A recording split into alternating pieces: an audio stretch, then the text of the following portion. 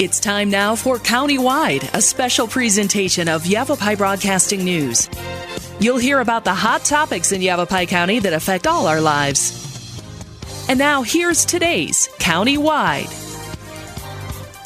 And a good day to you. I'm Brad Miller. It is Countywide. Today, happy to welcome on our program, joining us via telephone, Prescott Valley Police Chief Bob Ticer, and we're going to talk about a couple of things, including school safety, the kids getting back into school here in recent days or in the next handful of coming days, and always concerned about public safety, the kids running to and from the buses and things like that, and of course, school safety within the school buildings and facilities themselves. So we'll get into that in our second half. First up front, though, with Chief Ticer, I want to talk a little bit about the continued problem of drugs, not only in Prescott Valley, but across northern Arizona, indeed across our nation. Methamphetamine, we used to hear a lot more about it, it seems, and it is still a problem, but even bigger so, fentanyl continues to be a problem within our community, and we're going to talk up front with Chief Bob Ticer about that. First, we say good morning to Prescott Valley Police Chief Bob Ticer. Good morning, Brad. How are you today? Very well, Chief, and I appreciate you taking some time out of your busy schedule. I wanted to talk a couple of things, as we said, kind of in the intro. Methamphetamine and fentanyl in particular continue to be a scourge, and I do think that that's the right word for it. A press release came out of Prescott Valley Police Office this week, your PIO, Jerry Ferguson, real good about keeping us informed on what is happening. And in the last several months, just since March of this year through the end of July, there have been a number of overdose calls, but also fatalities in Prescott Valley. And I was kind of surprised at some of the numbers there, Chief. Meth and fentanyl in particular really seem to be a continuing problem. Is that right? Yes. Fentanyl is, in my career, which dates back 33 years now, when I started in law enforcement in this particular county here that we live in, frankly, I thought we would have the drug problem wiped off the face of the earth. Boy, was I wrong. We still have a crisis. I see it just as bad, if not worse. Frankly, I would say it's worse when it comes to this particular drug you're talking about, fentanyl.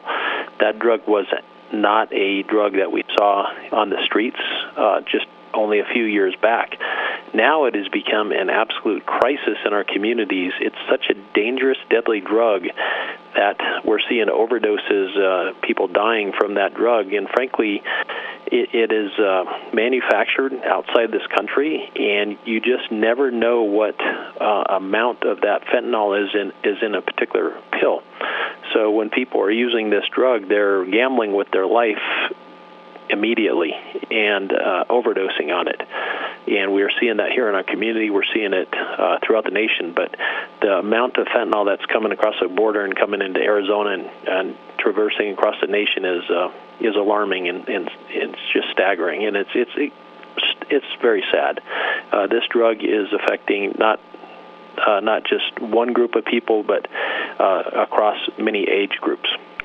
Okay, so I want to make sure I kind of understand this right. In my understanding of fentanyl, typically it's found not like just it's a fentanyl pill, but rather it's a component perhaps of something else illicit that we shouldn't be taking anyway, but that it can be in something else in a greater or lesser quantity from one time that you use it until the next time. In other words, you could take this blue pill today and it has a very small amount of fentanyl, you'll be fine. Take the exact same blue pill tomorrow and it has a much, much higher quantity of fentanyl. Is that correct? You're getting it correct. There's a variety of ways that people are using this. There are people that are using fentanyl specifically knowing they're using fentanyl. There is that. There are other people who may be using a different type of drug, maybe methamphetamine, you mentioned that earlier, heroin, other illicit drugs that have a dosage of fentanyl in it, whether that's knowing or not. So you're seeing that as well, too. So it could go either way, but it's nothing to be reckoned with. It's extremely dangerous and absolutely deadly based on the dose. Okay, I want to, if I can, read a paragraph, startling really, from a press release sent out again by PIO Ferguson from Prescott Valley PD last week, August 4th. In fact, Prescott Valley Police have made 74 drug-related arrests from March 1st to July 31st. That's 5 months. 9 firearms were recovered from vehicles during those drug arrests. Methamphetamine and fentanyl continue to be the most abused drugs. Additionally, officers responded to 8 drug overdose calls, 5 of which resulted in the death of the user. 5 deaths because of drug overdoses in the Prescott Valley Police jurisdiction. That seems just startling, and those are numbers other local police agencies can say, oh yeah, that's close for us too. Let me, first of all, Chief, when we come in contact with some of these substances and folks partaking these drugs, are these typically traffic stops? I wouldn't say most of them. I'd say they vary. There are many drug arrests that come out of traffic stops. Others come from search incidents to arrest when somebody's being arrested, let's say on a shoplifting case, or they have a warrant for their arrest, or we're responding on a domestic violence call or other calls for service. So it's really all over the board that officers are coming in contact with people that are possessing these dangerous drugs. Okay, and so when we talk about these overdose death victims, typically PD is going to likely be called after it's too late for the user, for the victim who's overdosed. That's exactly correct. Most of those are calls for service where somebody will find typically an acquaintance, oftentimes a relative, that has overdosed or is overdosing. We get the call, it comes in through 911, and typically the police officer will be the first one on scene because we're mobile. We're out in the field where our fire department and medics are typically responding from a station, so oftentimes those officers are the first ones. And, when you see those numbers of deaths, those would be a heck of a lot more if it wasn't for the Narcan that the officers are carrying. Every police officer carries Narcan, and it's pretty routine for police officers to be administering Narcan. That's that spray that goes in and will stop that overdosing oftentimes immediately and get that person back conscious so that the medics can take care of that person and get them to the hospital and continue with the life-saving efforts. So that's typically how we come across these people, is on a call to a residence. Okay, so in this case, officers in an overdose case, commonly officers are being called on to perform duties that we might more closely associate with EMTs or medical emergency medical first responders. I'm sorry, I've heard of Narcan. I've seen it, in videos and whatnot. It's an injection. Is that how it works? Well, there is injectable Narcan, but we don't carry that. We carry what's a nasal spray, and it's very easy to administer. And the officers have to make that determination when they find someone unconscious. They quickly assess the situation, and if they believe it's a narcotic overdose, and that could be from heroin, it could be from Oxycontin, it could be from fentanyl, one of those narcotic analgesics, they will administer that drug or that dosage of Narcan. And the good news is, if in fact that person isn't overdosing on narcotics, there's not going to be a harmful effect by us administering the nasal. So it's a really good. So there's not that second doubt for an officer going, I wonder if this is a narcotics overdose or is it something else. They can go ahead and administer it. Okay, so in that sense, it's kind of a catch-all. I wouldn't say it's a catch-all, but I will tell you that these officers make really good decisions when they're out in the field, and the life-saving that goes in communities right now, not only here but throughout the nation. Police officers are carrying Narcan just about everywhere now. They are, frankly, saving a lot of lives because of their quick response, and typically we'd be on a call in just minutes, and we can administer that and hopefully start that life-saving efforts. Otherwise, we'd have just more and more of those overdoses past the 5 that you talked about. It seems, I know that law enforcement, first responders in general, have access to professional help when they've been involved in place where someone is deceased, a traumatic, an accident, an officer-involved shooting, and things like that. And they do have access to professional help. But this is kind of a different kind of thing where they've got to make decisions a split second that could involve saving the life of someone who is OD'd, or if that person doesn't make it. How are your guys holding up? Well, I commend those police officers and deputy sheriffs and troopers who are out there every single day doing really good work for our community and putting their lives on the line to save lives. And what's so powerful about that is that these officers are responding as quick as they safely can get to scenes to help community members that more often they don't even know. They've never met before, and they get in there and start the life-saving effort. So they go into an overdrive. Officers go into an overdrive. They go into, let's get this done, let's handle this, and then their adrenaline typically will dump right after that. And that's when it's our duties as police chiefs and commanders to make sure our folks are safe and that they have the resources they need to decompress, because some of these can be pretty traumatic situations, but we've just got great men and women who are willing to serve and do that, and I'm so proud of them. And indeed, they are on the front lines of this. Let's go ahead and take a short break. Again, I'm Brad Miller. It's County-wide. We're talking with Prescott Valley Police Chief Bob Ticer. School bells are ringing around northern Arizona, indeed across the country. We'll talk a bit about school safety, principally in the Prescott Valley area, with Chief Bob Ticer right after this. Life changes, then it changes again. Predicting the unexpected in life is impossible. That's why it's called unexpected. So when it comes to financial goals, our philosophy is don't predict, prepare. Hi, I'm Edward Jones financial advisor Matthias Sandoval. A job loss, change in health, or a loss of a loved one can have a big impact on your family's financial security. Let's work together to help make sure you're equipped for life's unexpected events. Call our office to schedule a face-to-face appointment. Edward Jones, making sense of investing. Member SIPC. Verde Solaire, your hometown heating, air conditioning, and plumbing company in the Verde Valley for 38 years, and your trusted North Central Arizona Goodman dealer.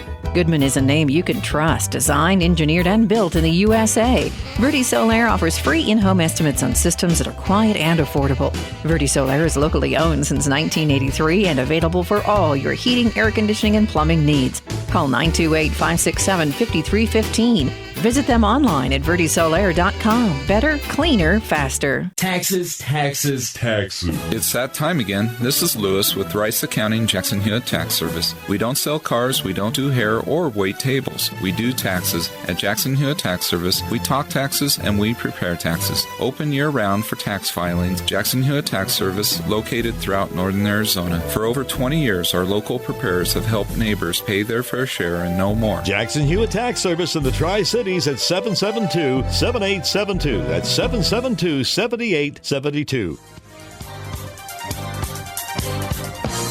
And we welcome you back to the program. Again, it is County-wide. I'm Brad Miller, and our guest today is Prescott Valley Police Chief Bob Ticer. And Chief, we talked about fentanyl and some of those issues continuing to be a problem for so many folks, not just in our community, really nationally. There are a lot of problems with fentanyl, particularly methamphetamine, some of those ills on our society. But also, I wanted to talk in our second session here a little bit about school safety as we return to school. Last school year, of course, a tragedy in Texas on, I think, the last day or close to the very last day of school. And again, that brings to the surface concerns that parents are going to have, and school administrators, teachers, students, and everybody involved in our school. So the question, I guess, simply is, are we ready in Prescott Valley for the new 22-23 school year? Well, thanks for the question, Brad. Today's a great day here in Prescott Valley. It's our first day of school, and that's an exciting day for our community because it's not just what's going on in the schools, it's the entire community. You take a look at buses that are on the roadways, people, new routines again going to and from school. So our community is ready, and it's not just about the police department being ready, it's about the school district and community being ready, and that's the only way that you can keep your school safe is having that partnership. And we have an excellent partnership here with the Humboldt Unified School District, and myself and the superintendent and our staff have been working really hard over the summer to make sure that Our officers are highly trained, and they are in responses to schools. That's first and foremost. We are also working with the school district to ensure training is available for their teachers and staff as to how to keep their buildings safe, their kids safe, their staff safe, their teachers safe. So we're working really hard in that area. There's another thing that's going on out there, and that is the support we have from our school district, the board, and also from our town council here in Prescott Valley. They just approved over the summer an additional school resource officer. So we've been able to now put a second school resource officer in our schools here to be on staff. And a lot of folks look at the SRO as the officer for the school, and that's exactly correct. But we also have an entire police department that's ready and available and supporting our school district too. So that's what we're doing today, and we'll continue that throughout the school year, is making sure we have a lot of presence in our schools and in the parking lots and the streets surrounding. Okay. And Chief, I know that a lot of times we think about the school resource officer as being there for safety's sake, and certainly that's a big part of it, protecting the school, being there in response to an emergency, an intrusion from an outside source, things like that. But is it also correct that the school resource officer typically works with students, that there are, programs and different kinds of things where they'll learn, life lessons, just safety issues for the students themselves, in addition to the idea of a law enforcement presence and security? Yes, the SRO is it's an awesome concept, an awesome position to be in. That SRO has multiple duties. One is protection, obviously, and also enforcement. They're enforcing the laws and protecting that community. But they're also teachers. They're also coaches. They're also mentors. So they're in those schools, and they're present. They get to know the kids. They get to be present for them. And I think back often when I was a kid, I looked up to my teachers and my coaches, and I didn't want to let them down because, they were that mentor for me. We see the same thing with our SROs. We have kids that look up to them, and some of them that might not have a mentor in their personal lives outside of school, and so they really look up to that SRO, and they don't want to let them down. So there's so much good that goes into this partnership. Okay, and is the SRO the exact same individual, or does that get shifted out among your staff, or how does that work? Yeah, it's the same officer. So we'll have these two officers that we have assigned. They are our full-time school resource officers, and they're present and they're there throughout the school year. Obviously, if they're on a day off, which is not typical, they'll mirror their schedule with the teachers, so they're there. They'll take some of their time off in the summertime, but day in and day out, it'll be the same police officer there, and everybody gets to know them. Okay. And then I presume that there's, specialized training specific to working with young people and students and teachers in a school environment. Right. There is, across the country, there's so many different schools, so many different school districts, but our police officers, our school resource officers are connected into national organizations, so that in the off-season, they'll go to the conferences and share and learn with other school resource officers around the country through this national program, so that they're very similar from jurisdiction to jurisdiction. So, yeah, they do get some extensive training in that area. Okay.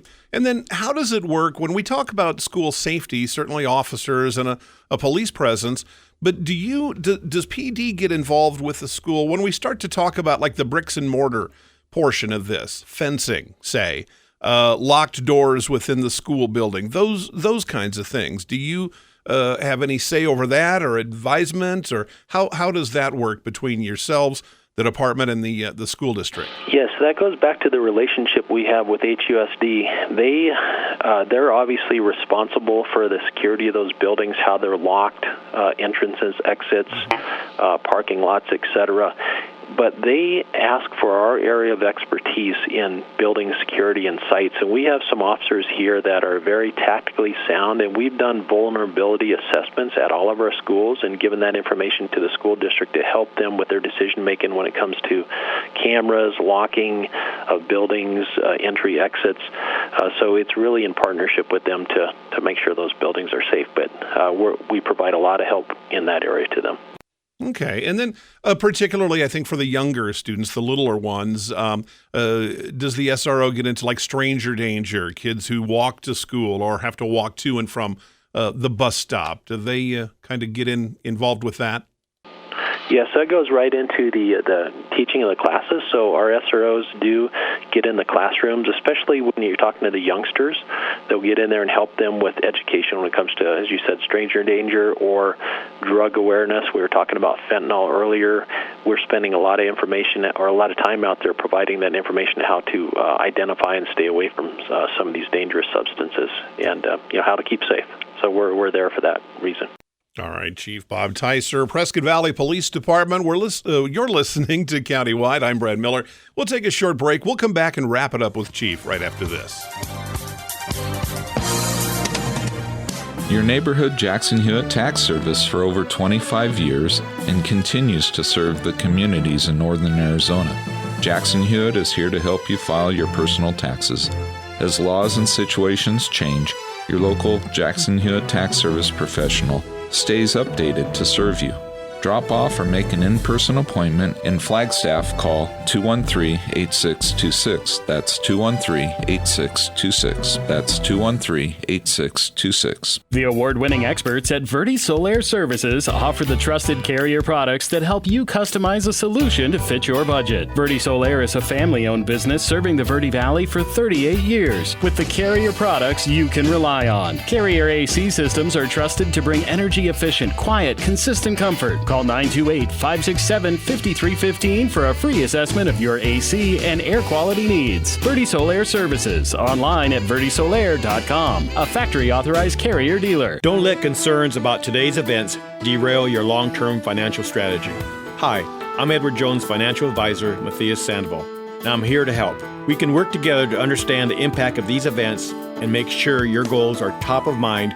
While you can't control the market volatility, we'll focus on what you can control. We can connect in several virtual ways. Start by giving me a call at 634-1044. Edward Jones, making sense of investing. Member SIPC. And we welcome you back to the program. Again, it is Countywide. I'm Brad Miller, and just kind of wrapping up with Prescott Valley Police Chief Bob Ticer, starting a new school year. And Chief, sounds like things are starting off early here on a pretty good footing. Absolutely, and I don't want to be remiss to talk about really what we see in our communities, and that's traffic safety. So I encourage the listeners for everybody to do their part, stay at that 15 miles an hour in the school zones, make sure we do that, and police those areas ourselves, because you got little youngsters that 3 feet high running, and that's below your bumper. You may not see them. Let's just be really slow in those school zones so we keep everybody safe. All right, Chief, thank you. We do appreciate the work that you do, not only in protecting our schools and our students, but the community at large. Prescott Valley Police Chief Bob Ticer. You can reach Prescott Valley PD now 911 for emergencies, of course, but the non-emergency number at Prescott Valley Police, 928-772-9267. I'm also going to give you the Yavapai Silent Witness number. It's a good one to have handy. Put it in your phone. If you see something, say something. So Yavapai Silent Witness, that number is 1-800-932-3232 across Yavapai County, including Prescott Valley. I'm Brad Miller. It's Countywide. We'll see you next time. This has been Countywide. Listen in each Tuesday and Thursday as we tackle the hot topics and talk to the decision makers across Yavapai County. Each Tuesday and Thursday on this Yavapai Broadcasting Station.